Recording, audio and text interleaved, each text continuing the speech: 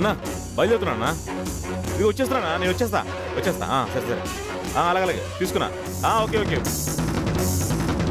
అన్నా, నేను 10 నిమిషాలు అక్కడ ఉంటానా ఎయిర్పోర్ట్లో. Okay okay okay.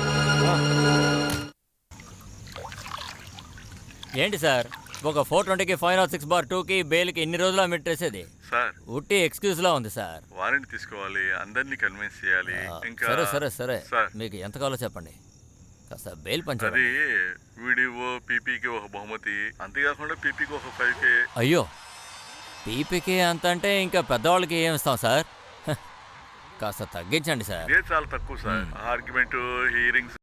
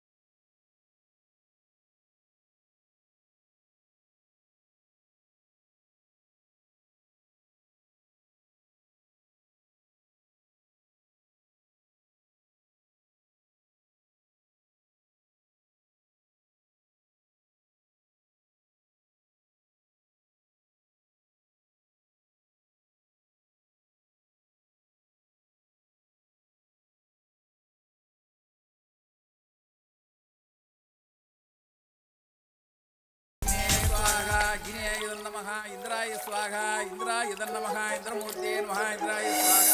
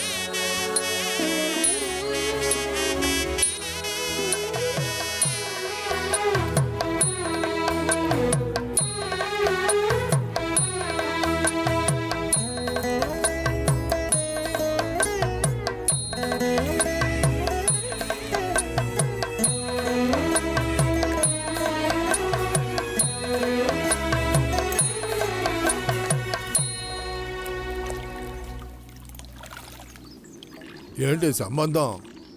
గంగ ప్రవహిస్తుంది కంట్లో.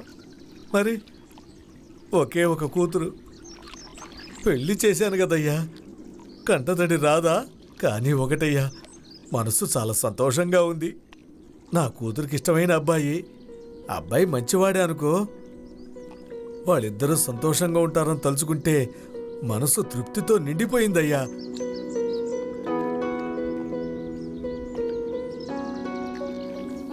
జీవితం అంటే ఏముందయ్యా? తినడం, నవ్వుకోవడం, పడుకుంటే వెంటనే నిద్ర పట్టాలి. అయిన వాళ్ళతో కలిసి ఉండటం కంటే వేరే దేనిలో సంతోషం ఉందయ్యా?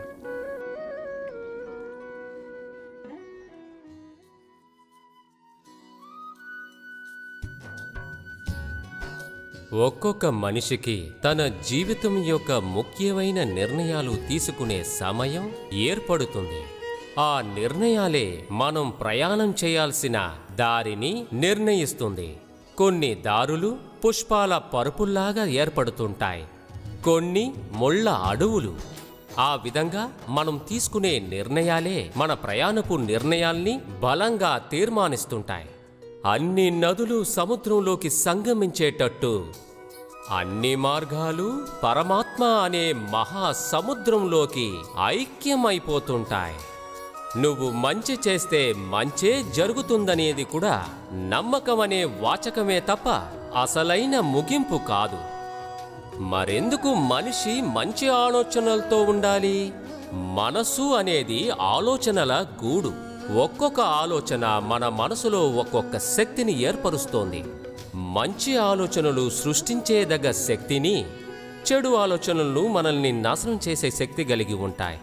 మనం మార్పుకి సిద్ధం అనేదే మన తారక మంత్రంగా అయ్యుండేటట్లయితే మన చుట్టూ ఉన్న పరిసరాలు తానంతట బాగుపడతాయి. కొంతకాలానికి ఒక ప్రశాంత విప్లవంగానే మారిపోతుంది. అదే నా ఆశ ఆశీర్వాదముగా అవుతుంది. రండి, సాధనం పొందుదాం.